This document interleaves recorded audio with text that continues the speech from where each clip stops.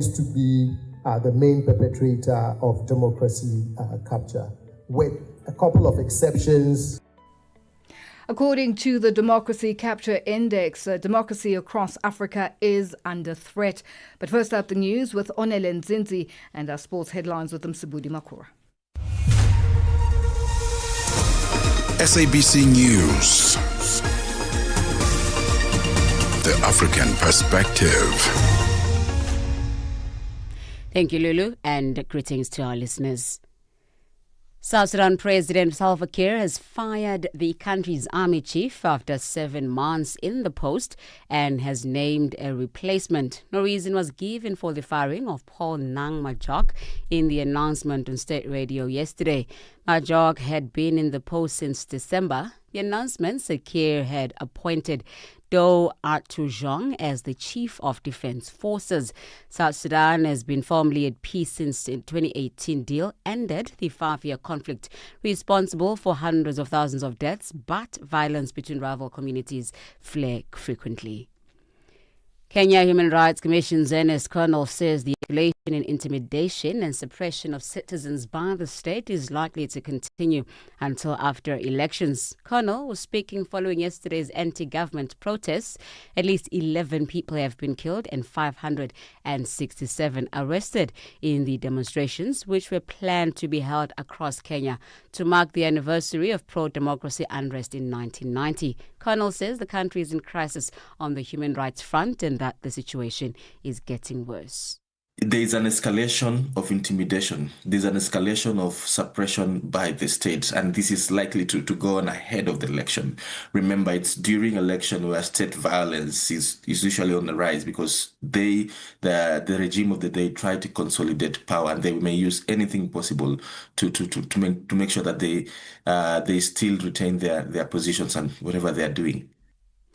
The Secretary General of South Africa's African National Congress, Fikile Mbalula, says the party expects Police Minister Senzo Mchunu to explain himself before his organization following damning allegations against high-ranking police officials as well as Mchunu. KwaZulu-Natal Police Commissioner Nhlanhla Mkhwanazi accused Mchunu of having ties to criminal syndicates. Mbalula briefed the media at the party headquarters in Johannesburg. First point of call is the president, the person who have given him the task to lead the Ministry of Police. South Africans are in conversation about that matter, and it involves the deployee of the ANC as the minister. And we're not standing here and saying that, no, the minister must not be looked at, he must not account. Why will you be a minister if you don't account? Why will we be in government if we don't want to be held accountable? And the minister's statement also is very responsible because the minister said that as much as he dismisses what General Mkhwanazi says, but he equally subjects himself to the process of accountability. Lastly, a 20-year-old man has been charged with murder of a Zimbabwean-born scientist who was found fatally injured in Dundee in the UK. Dr. Fortune Gomo, who was 39, was treated by paramedics at the scene but later died in hospital. The accused, Kyle Rotary from Dundee, made no plea and was remanded in custody. Gomo, who was originally from Mutare in eastern Zimbabwe, had graduated with a PhD from Dundee University and recently started working for Scottish Water as a senior researcher. She had spent the past 10 years continuing her academics and professional career in the UK. Now, for any news stories you'd like to share with us, please send us an email to newsroom@channelafrica.co.za or call us +27 11 714 4459. Channel Africa News, I am Onele Nzinzi.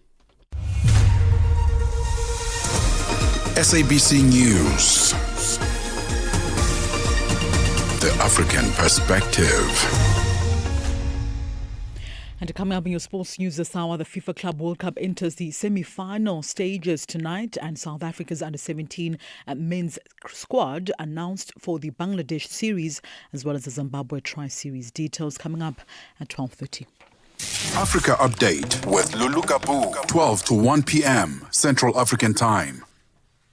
It is 12:06 Central African time, and we're coming to you live from Johannesburg in South Africa. Well, thank you to Msibudi Makuro with our sports headlines and Onele Nzinzi with our news update.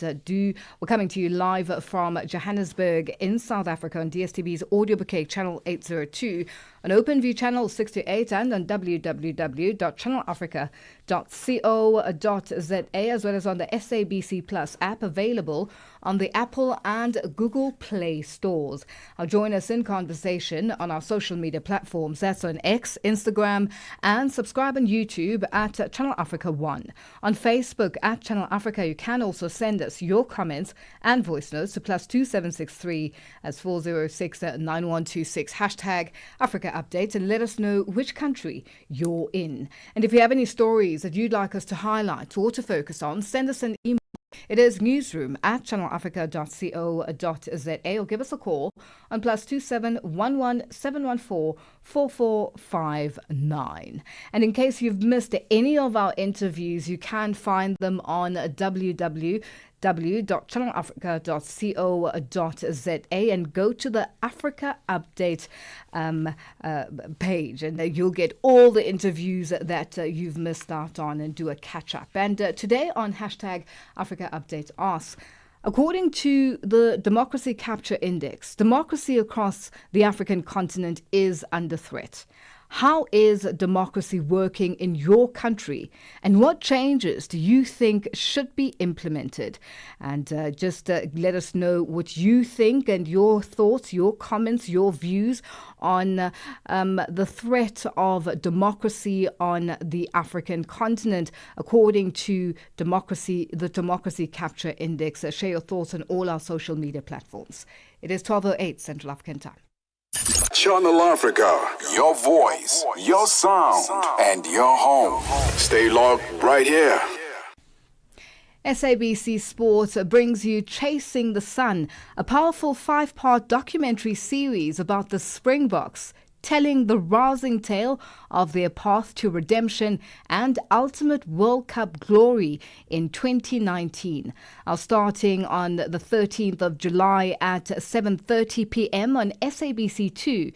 Tune in every Sunday for the highs, the heartache, and the heroics that made rugby history. I'll stream each chapter on SABC Plus anytime, anywhere.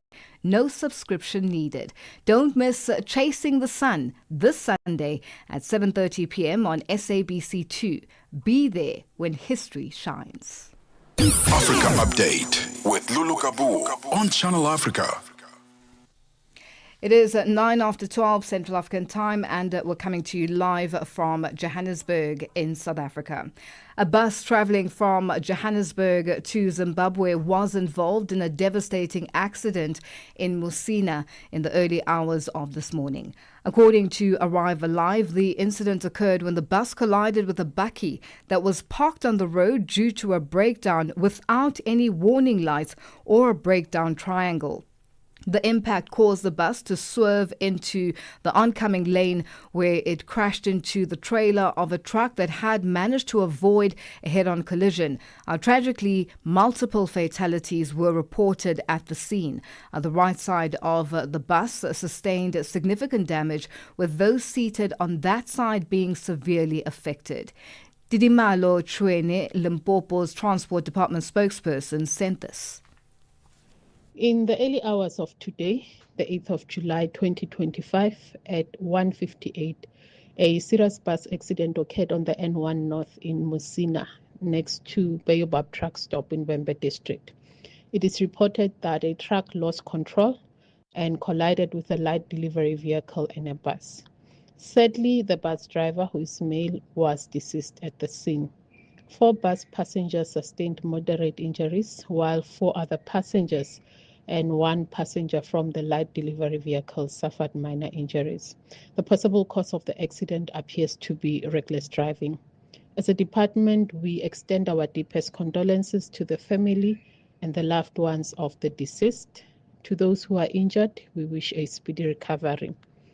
We continue to urge all motorists to exercise caution and obey the rules of the road to prevent such tragedies from occurring. Let's prioritize road safety and that respect the lives of all road users. And that was Didimalo Treni, the Limpopo Transport Department spokesperson, ending that report. Democracy across Africa is under threat, not just from bad elections, but from powerful elites and business moguls capturing state institutions. The Democracy Capture Index, launched in Accra, places South Africa in the medium risk category alongside Ghana. Channel Africa's Eric Mawena-Igbeta has more from Accra. A new report from the Ghana Center for Democratic Development, CDD Ghana, is raising red flags about the health of democratic governance across the African continent. The Democracy Capture Index report finds worrying levels of what it calls democracy capture in 10 African countries, including South Africa. Dr. John Osai Kwapon is Democracy and Development Fellow with CDD Ghana. In the index, it could refer to the President, Prime Minister, the CEO of a parastatal, or the head of an agency. And when asked who is the main perpetrator of the various actions that our country assesses identified as actions of capture, we see that your chief executive across all of the countries tends to be the main perpetrator of democracy capture, with a couple of exceptions in the case of Ghana, Mozambique, South Africa, and Tanzania. The report studied 370 public institutions and agencies across 10 African countries, assessing the extent to which powerful individuals or groups are able to unduly influence or appropriate democratic institutions and their outcomes for their own benefit. The DEMCAM Index paints a mixed picture. Countries like Botswana and Senegal were ranked as having low levels of democracy capture, between 19 and 25%. South Africa, along with Ghana, fell in the medium risk category, scoring between 28 and 35%. But in places like Nigeria and Mozambique, capture levels were alarmingly high, ranging from 66 to 71%. And countries like Kenya, Benin, Tanzania, and the DRC recorded extremely high levels of democracy capture, up to 100% in some institutions. For South Africa, the findings strike a familiar chord.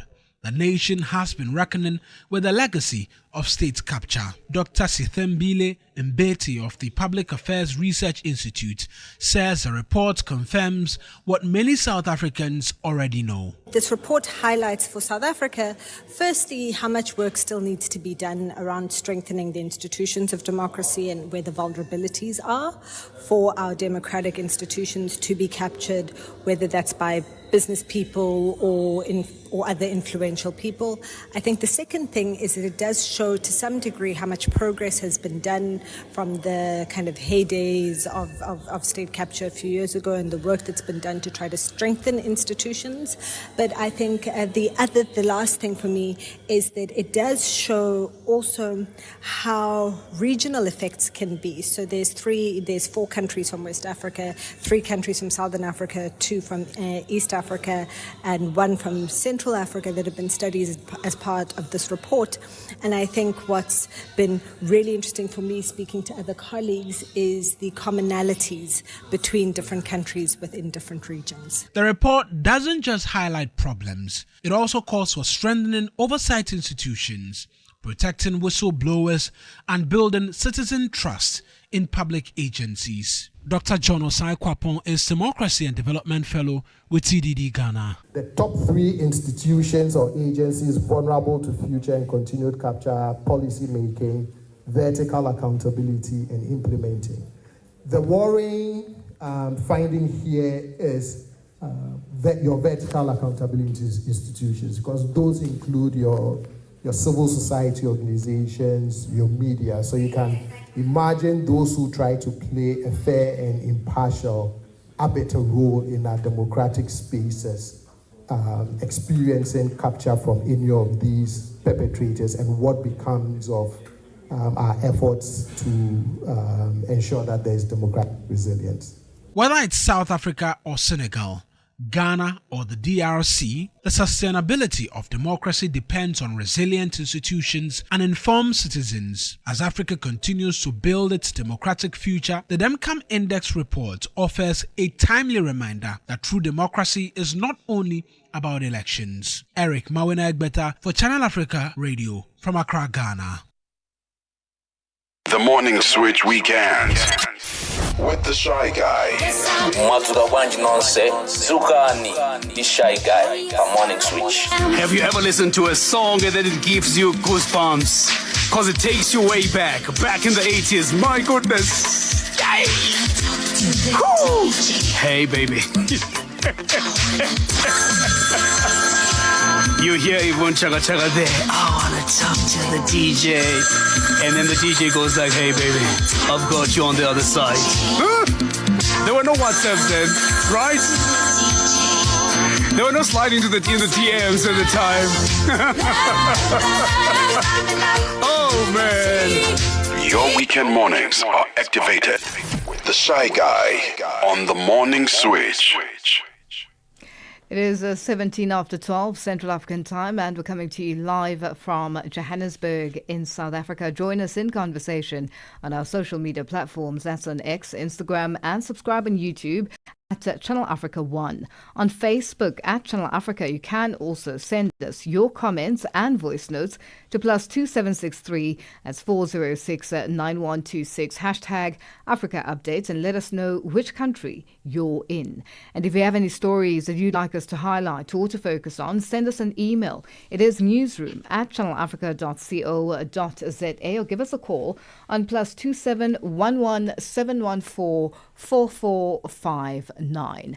And today on hashtag Africa Update asks, according to the Democracy Capture Index, democracy across the African continent is under threat. Now, how is democracy working in your country, and what changes do you think should be implemented? Share your thoughts and your views on all our social media platforms.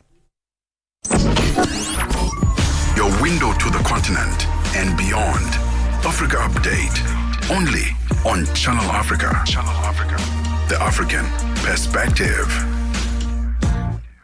The South African Prisoners Organisation for Human Rights has raised concern over reports of prosecutors offering accused criminals the option to pay cash settlements in exchange for charges being dropped without any court ruling.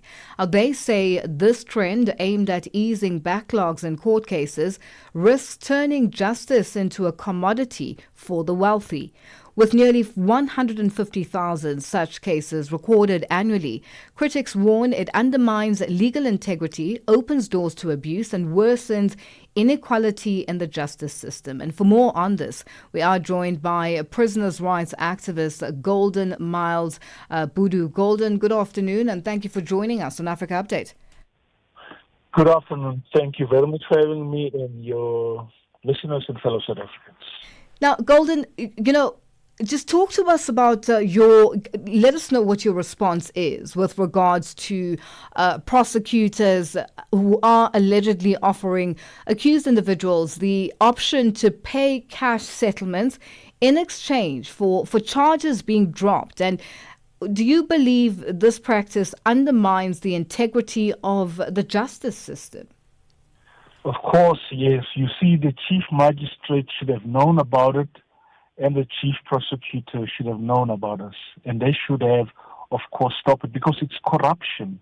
You see, it means that you never get an opportunity in court to bring your side of the story so that the state prove its case beyond the reason of the doubt whether you have committed the crime or not. But it is just bigger than the normal human eye can see. It is not something that is only done there in the corner by prosecutors. It is a racket, it is a syndicate, as I said. Chief prosecutor, chief magistrate, prosecutors, they're supposed to know all of this.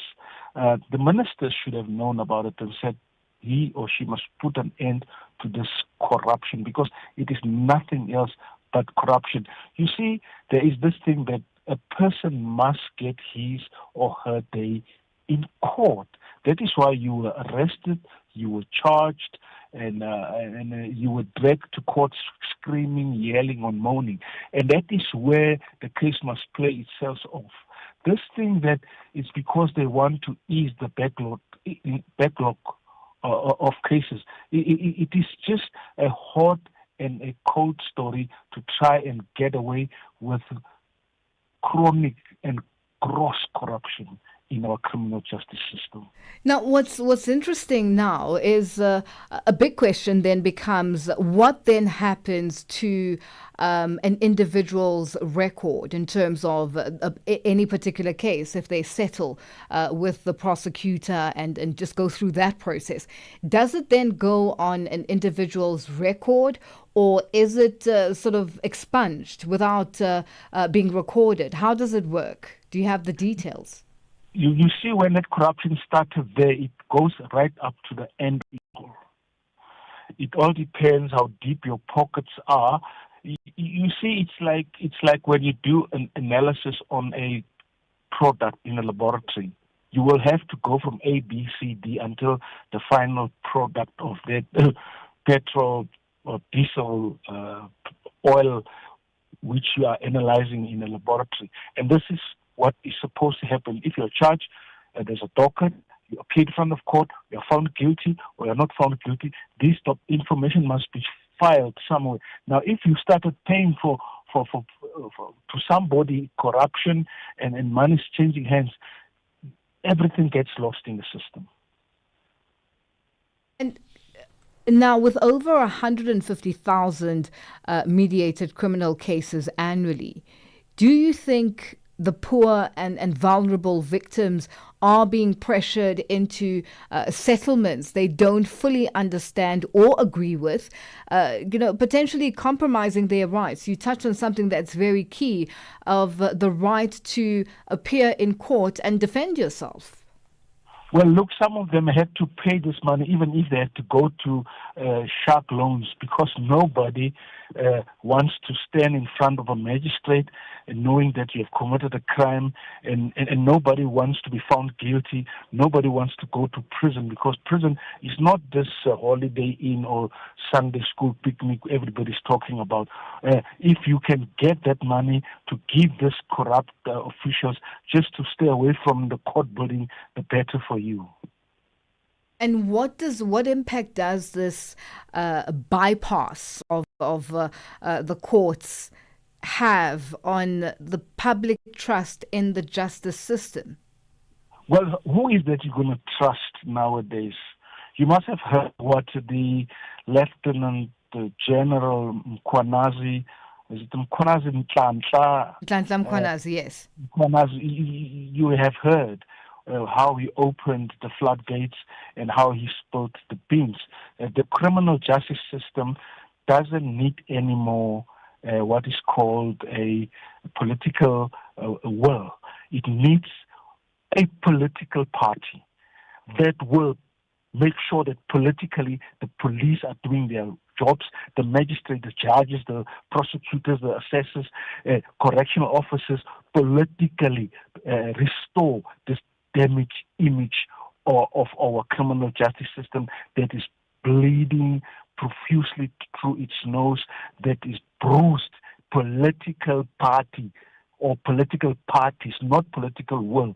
And we are at advanced stage talking with Mkhonto Sizwe to come in politically and make sure politically this nonsense that is happening and this corruption that is happening in our criminal justice system is addressed politically. Now, what's interesting, Golden, is we've seen on our television screens a number of times in a few weeks or so, or months. Last week or 2 weeks ago, there was a raid at one of the prisons. I just can't remember which one. But you always see these on our television screens, and the media is there. Contraband, cell phones, and those type of things being found in cells where prisoners are not supposed to have cell phones, for instance, or contraband. Where is the system lacking in terms of, these prisoners having cell phones, for instance, how do the cell phones get into the prisons? Are the prison officers, the wardens, called in to respond to some of these challenges that we see on our screens all the time? Where is it going wrong in the system? Well, the system needs to be a living system where you have police officers, magistrates, prosecutors, judges, and correctional officers who are loyal to the country and want to make sure that stuff like this does not happen, not only in the criminal justice system, but in a country as a whole. You need people that must love this country and people who are not as greedy as we have seen happen now in the past 31 years. You need people must rebuild the image of this country, and not sure whether we still have or will we ever have such people to do that. You see, we must console ourselves. It is not guns that is trafficked into the prisons, rather cell phones. And some of these guys will tell you, we as an organization supported 10 years ago, 15 years ago, if not 20 years ago, calling on the politicians, the lawmakers, the intellectuals, the academics, and the scholars to go and amend laws and act laws that these cell phones be legalized, that these cell phones be something that must be used in prison for the better and not for the worse of it. And those who still want to use the cell phones to commit crimes, they are all by themselves, because there isn't a perfect crime, let alone a perfect murder. It's all fallen on deaf ears. You can go the world over to democracies that are matured, to democracies that are civilized. Phones are used in prisons under very strict conditions.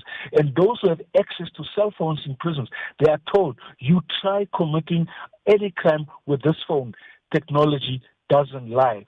And do you think that will work in the South African correctional service system that we have currently? Because there have been reports and allegations of, as you also just touched on, that crimes committed by individuals who are in prison but have people that, what do they call them, runners? Have they listened to us 10, 20, 50 years ago? We were going to be 15 years in advance to know how to go on for until such time we get it right. Let me tell you, we're talking about now. We're talking about it. I'm telling you, in 10 years' time, 15 years' time, we will have the same argument. When are they going to start to make sure that this thing is properly regulated, it is controlled, it's monitored and evaluated? Because these are human beings that are in prison. Prison warder and prison are human beings. They've got a human connection. It is not robots that looks after sentenced and unsentenced prisoners. And sentenced and unsentenced prisoners are not robots, are human beings. And there will always be this flow of this contraband. We call it a gadget. Let them listen now so that in 5 years' time, we talk another language and we talk another direction about the cell phones in prisons. Because the cell phones, you must ban cell phones in the whole country. No cell phones must, even for people outside, in order for you not to have cell phones getting into prison in and out. That's a very interesting one. Banning cell phones in the whole country. Golden, we'll leave it there for today. Thank you so much for joining us on Africa Update. That's South African prisoners' rights group activist Golden Miles Budu joining us on the line. It is 12:30 and our news headlines up next with Onelin Zinzi. SABC News. Headlines. The African Perspective. Thank you, Lulu. South Sudan President Salva Kiir has fired the country's army chief after 7 months in the post and named a replacement. No reason has been given for the firing. Over 60 undocumented migrants have been arrested during a raid at various businesses in the west of Johannesburg in South Africa. And President Donald Trump says the United States will send more weapons to Ukraine this days after ordering a pause to the delivery of some supplies. Channel Africa News, I'm Onele Tsinzi. SABC News. Headlines. The African Perspective. Thank you, Onele, for that update. We say good afternoon to Msibudi Makura with our sports update.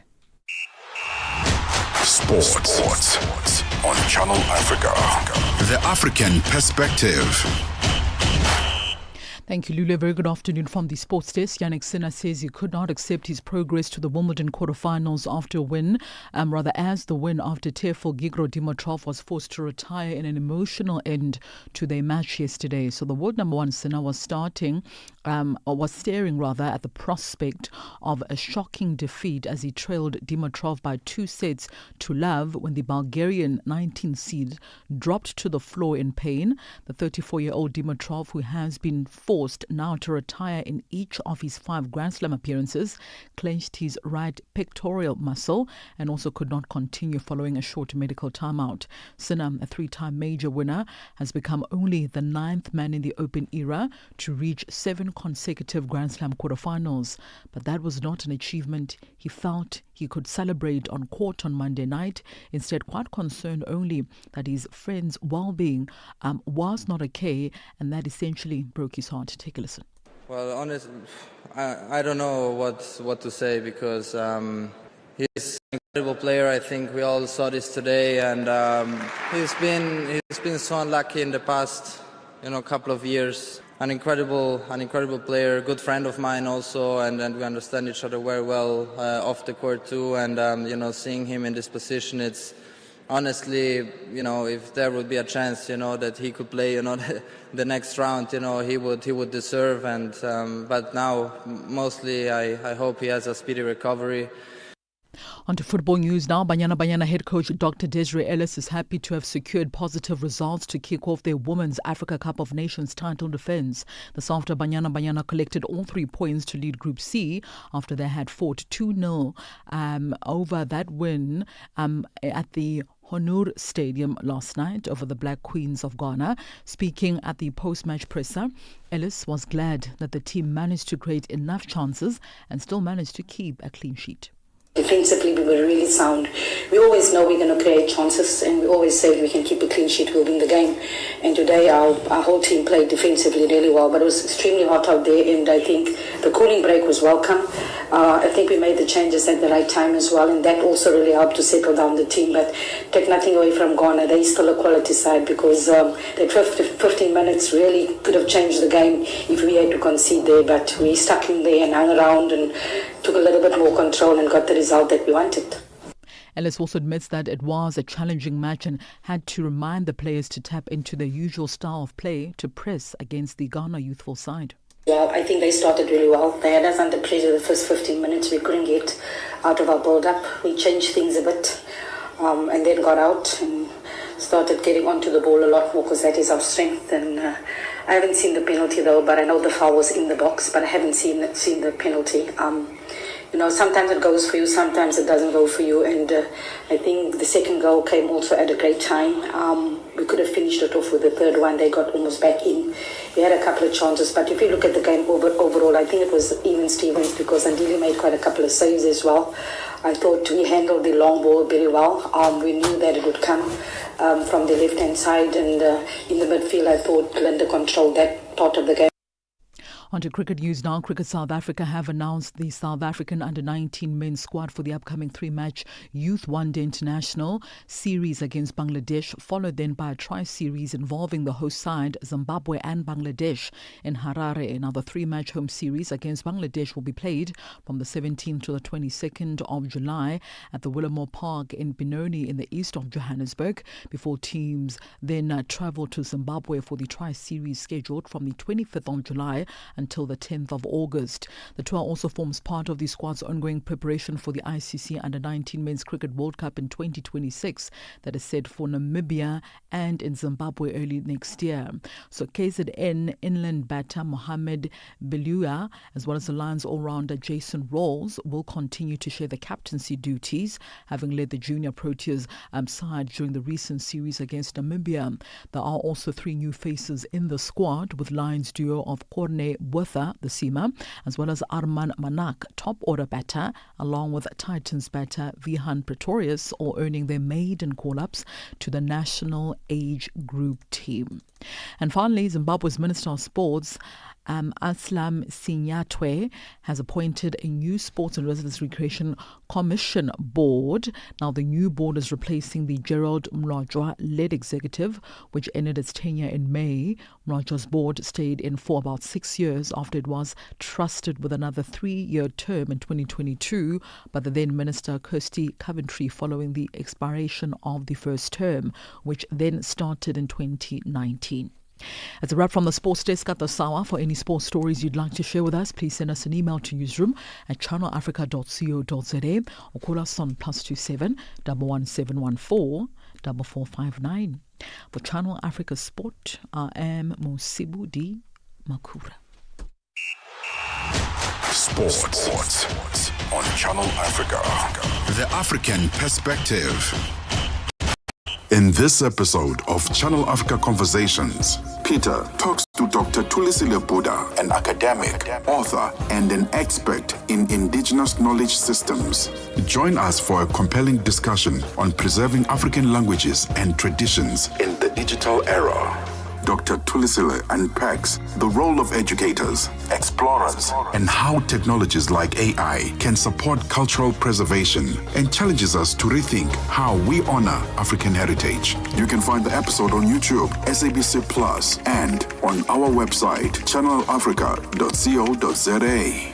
This episode is a must-listen for educators, creators, and change makers across the continent. Channel Africa, the African Perspective. Africa Update on Channel Africa. Thank you to Msibudi Makura with our sports update, and we say good afternoon to Chandu Kolekeke with our business news. Business news on Channel Africa.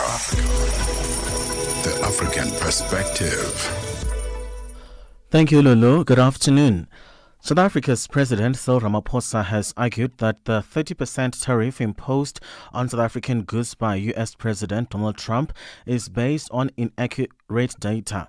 In a statement, the presidency emphasized that the part 30% tariff is based on a contested interpretation of the balance of trade between South Africa and the U.S.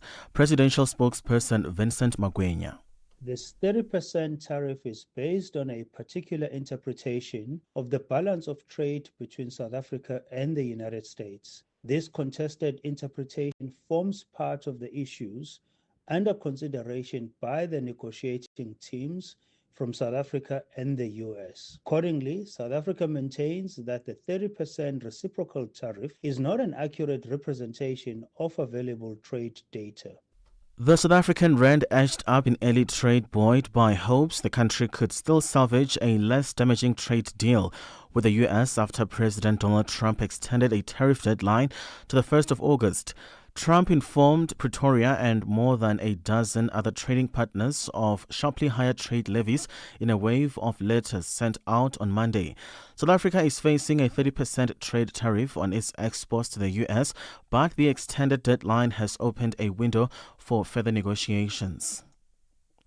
The Citrus Growers Association of Southern Africa says it will continue to work closely with South Africa's Department of Agriculture and the Department of International Relations to address what it calls unjustified trade barriers on international markets.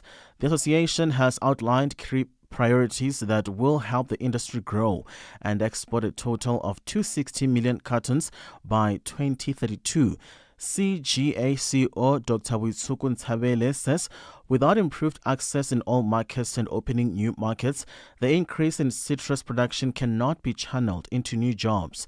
Ntshabele says a speedy resolution of this matter would ensure improved access and reduce costs to citrus producers in South Africa. One of the biggest pressure points that we face as an industry has been access to our biggest market, which is the European Union. We face a lot of pressure in terms of what we consider unscientific and unjustified trade barriers with regards to CBS and FCM control. This matter is a subject of a dispute between South Africa and the EU at the WTO. Egypt's annual headline inflation rate is forecast to have decelerated slightly in June to 16.2% as some food and beverage prices softened. The median forecast of 15 analysts polled by Reuters was for annual urban consumer inflation to have eased to 16.2% from 16.8% in May. The polling data was collected from the 2nd to the 7th of July. European shares were muted as investors assessed U.S. President Donald Trump's new tariff proposals for a spate of countries. The pan-European stock 600 index was flat at 543.22 points. The EU will not receive a letter from the U.S. setting out higher tariffs similar to other countries. Let's have a look at financial indicators at this hour. $1 in Nigeria is trading at 1,000 naira 529 and Botswana 13 pula 13. Kenya the dollar is at 128 shilling 455. Zambia 24 kwacha 19.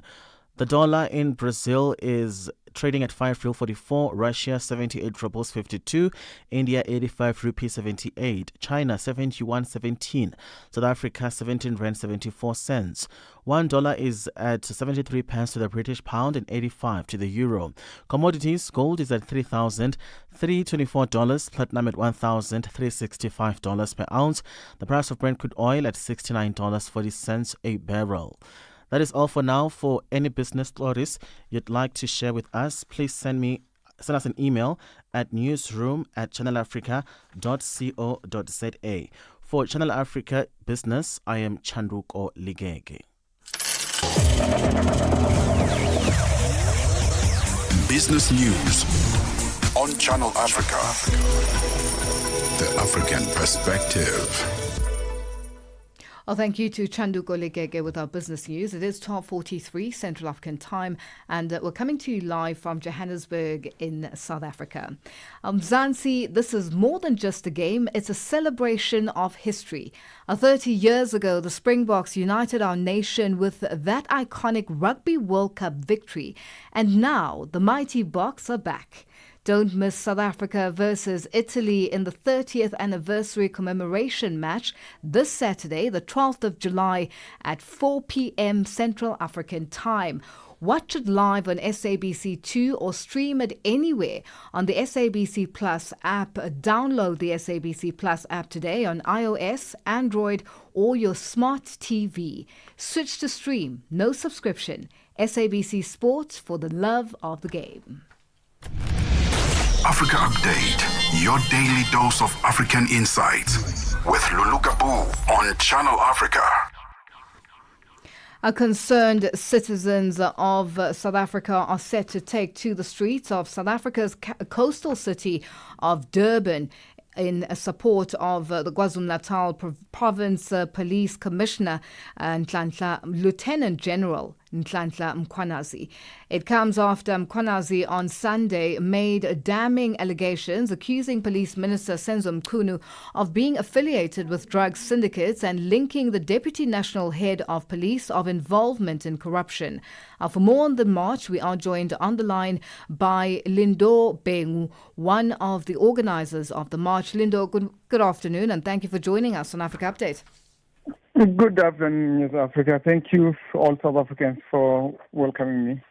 Now, tell us more about the march that's taking place and why you chose to do it. All right. The march came after the allegations that have been laid by General Mkhwanazi on one of the interviews a few days ago.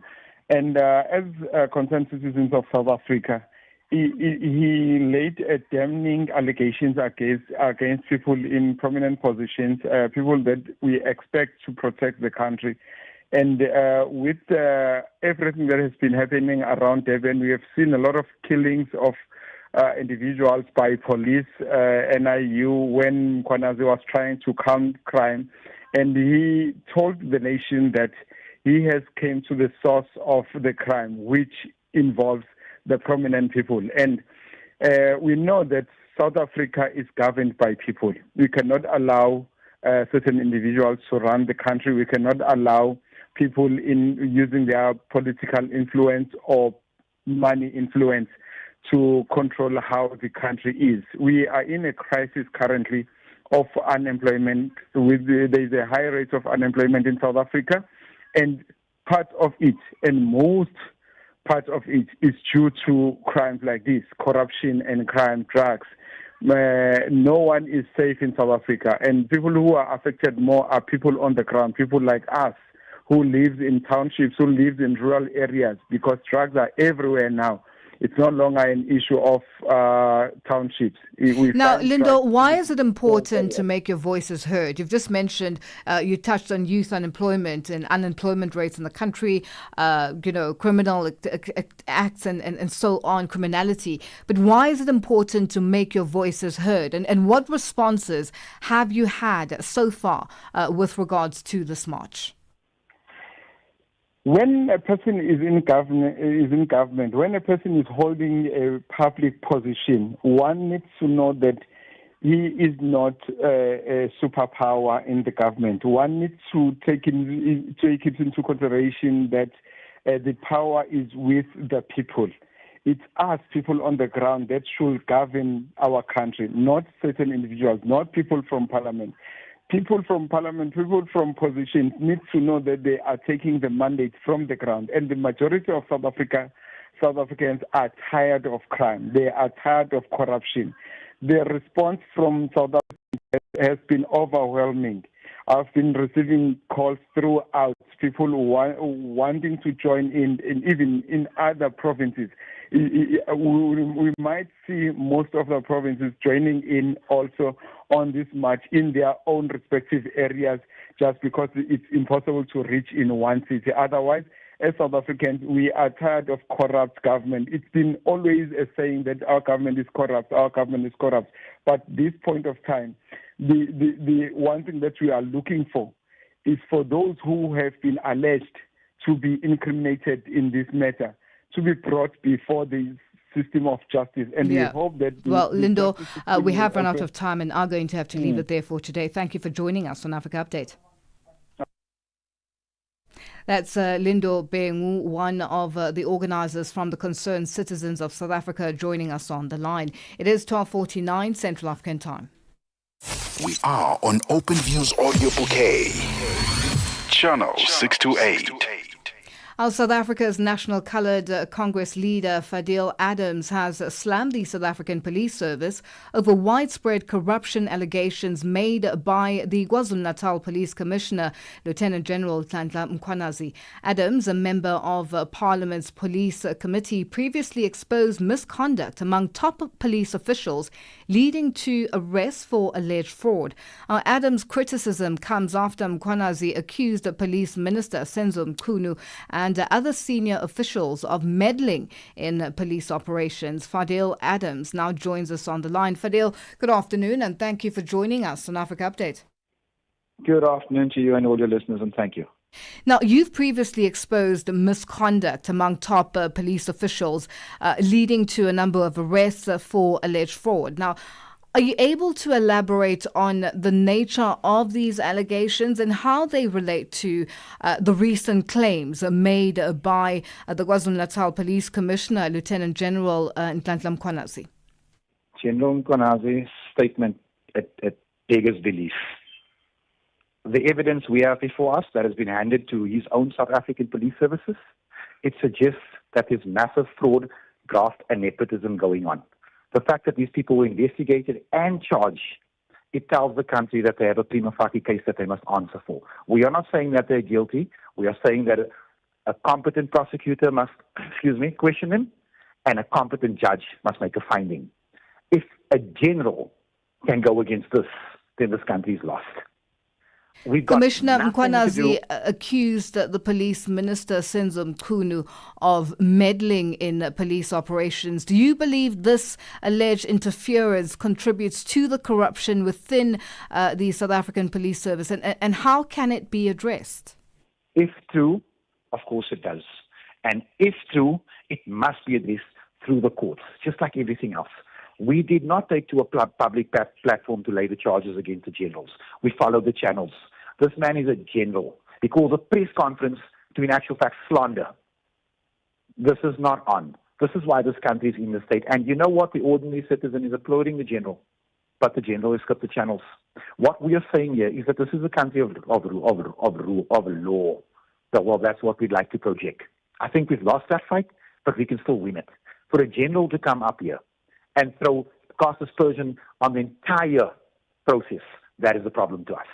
It makes absolutely no sense. Here are the facts. 7 people have been arrested. One of the most upstanding policemen in the country goes to their defense before they've been tried. The general must come and answer. He must come and answer, as much as the police minister must come and answer. But if this is going to be tit for tat, the people that are going to suffer are the people in your Eldorado Parks, in your Soweto, in your Alexandrias, in your Mitchell's Plains, in your Lavender Hills.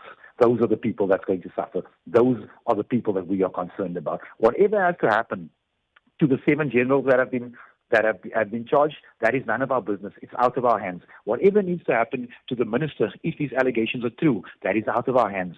But General Mkhwanazi is not the law. He is merely an officer. Now, you've compared the South African police services to a mafia, suggesting, widespread corruption and misconduct. What specific reforms do you propose, to root out this corruption and restore public trust in law enforcement? We need to follow the obvious things. Appoint competent people, irrespective of creed or color or religion. We need to do away with cadre deployment, and we need to have qualified people in there. Would you believe me if I told you right now that if we do an audit on the security clearances of provincial commissioners in this country, we'd be lucky to have 2 competent provincial commissioners? Would you believe me if I told you that in crime intelligence, most of the people they are operating with fraudulent security clearances or no security clearance at all? But when we raise the issue, we have generals like General Mkhwanazi coming to the defense of these people. This is not on. This is not on. South Africa will suffer because of this. Fadil, you've faced potential risks and retaliation for exposing corruption within the SAPS. How do you plan to protect yourself and ensure your safety as you continue to pursue these allegations? What does my safety mean in the context of the good of this nation? If they want to shoot me, they must shoot me. I will not back down. I have been offered protection. I've refused it. You see, the big problem in this country is political elites. How can we walk around with bodyguards while every single citizen in this country is a potential target? They must do what they need to do, whoever they are. We will not back down. After Fario Adams, there will be another Fario Adams, and God knows, I don't know. I really believe that we do not need to think this way. But ultimately, the pattern right here is that these people, crime intelligence, will buy an AK-47, which will end up in the hands of a criminal, who will shoot a fine young man like Mr. Magako for refusing to bow to corruption. And then that investigation will go nowhere. There's a hitman right now, the killer of Ngaka, who's trying to confess in court, but his own counsel is preventing him from doing it. That's what this country's become. We need to stand up. We need to stand up against everyone, and I don't care if his surname is Nkulu or Mkhwanazi. We need to stand up. Let's talk about IPID, the Independent Police Investigative Directorate. What role do you think they can play in investigating and addressing corruption within the SAPS, and how can its effectiveness be strengthened? Close it down. It's a waste of taxpayers' money. They make findings, but no recommendations. but can't enforce anything. There are policemen that have been found guilty of various things or are back at work, even though IPID is recommended that these people be dismissed. IPID is toothless. It investigates. That's all it does. And I do understand the challenges, but it's toothless. If you look at the allegations leveled against the head of IPID, it's shocking. We are still trying to ascertain if it's true, but we're not here to talk about that today. But it appears as if there isn't a single arm of the South African police services that has not been infiltrated. Fadil, we have run out of time and are going to leave it here for today. Thank you for joining us on Africa Update. Have a good day. Bye. Thank you, and to you too. That's National Coloured Congress leader, Member of Parliament and a Member of Parliament's Police Committee, Fadil Adams, joining us on the line.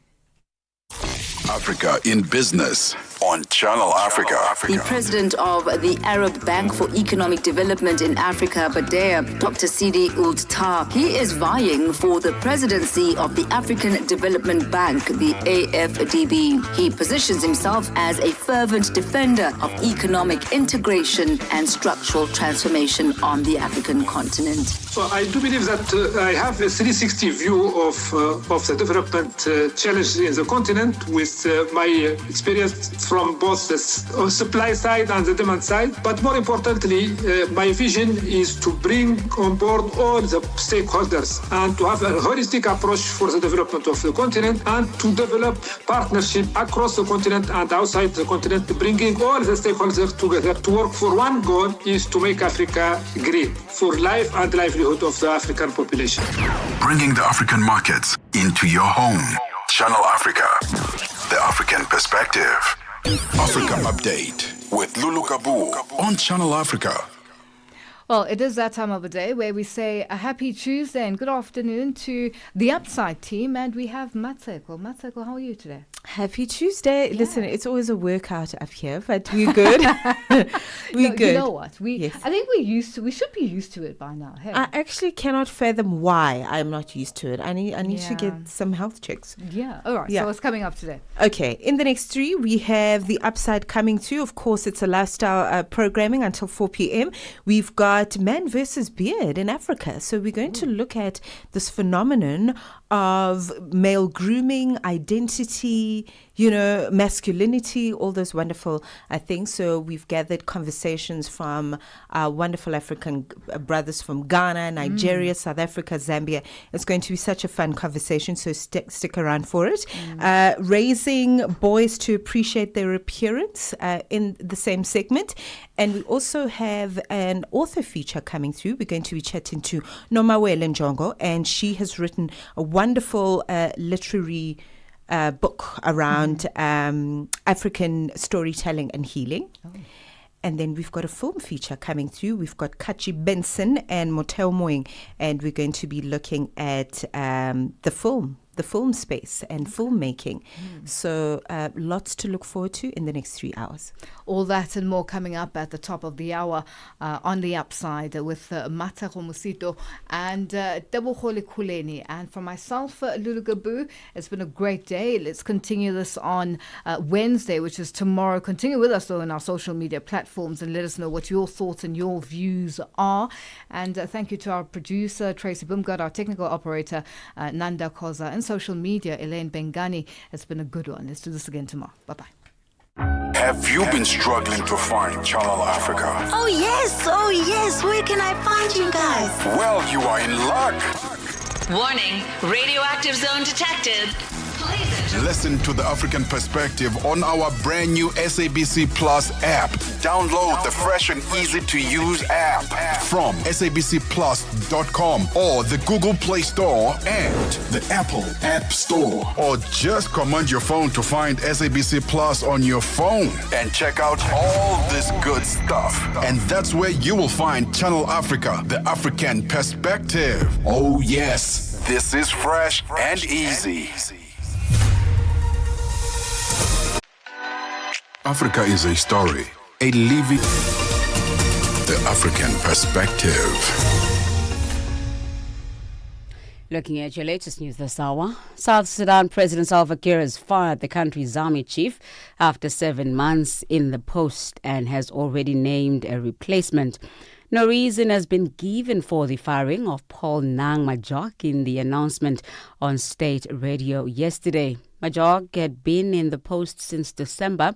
The announcement said Kiir had appointed Do Atrujong as the Chief of Defense Forces. South Sudan has been formally at peace since a 2018 deal ended the 5-year conflict, responsible for hundreds of thousands of deaths, but violence between rival communities has flared frequently of late.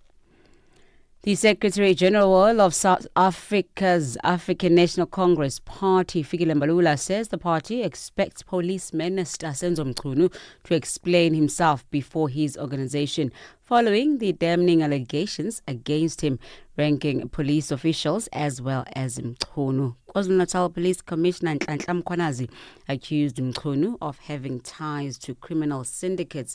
Mbalula briefed the media at the party's headquarters in Johannesburg. First point of call is the president, the person who have given him the task to lead the Ministry of Police. South Africans are in conversation about that matter, and it involves the deployee of the ANC as the minister. And we're not standing here and saying that, no, the minister must not be looked at, he must not account. Why will you be a minister if you don't account? Why will we be in government if we don't want to be held accountable? And the minister's statement also is very responsible, because the minister said that as much as he dismisses what General Mkhwanazi says, but he equally subjects himself to the process of accountability. Over 60 undocumented migrants have been arrested during a raid at various businesses in the west of Johannesburg in South Africa. The raids were led by the acting City of Johannesburg Mayor Kenny Kunene and the city laws enforcement officers. 10 businesses and 4 warehouses had their electricity disconnected for having connected power illegally. One of the businesses was found to be owing the city almost 14 million rands in unpaid electricity. Kunene says the raid will continue. Some of them were hiding under this material that you can't breathe just walking into that place, but they were hiding under it. Some of them were hiding in the sewage. We took them out. Mainly it was Mozambicans, Malawians and Zimbabweans. But we also arrested 3 Chinese, 2 males and 1 female, and also 1 Pakistani. This particular place run by this Somalian owes the city 13.8 million around there. Almost 14 million rents in electricity rates and taxes. The first malaria treatment suitable for babies and very young children has been approved for use and is expected to be rolled out in Africa within weeks.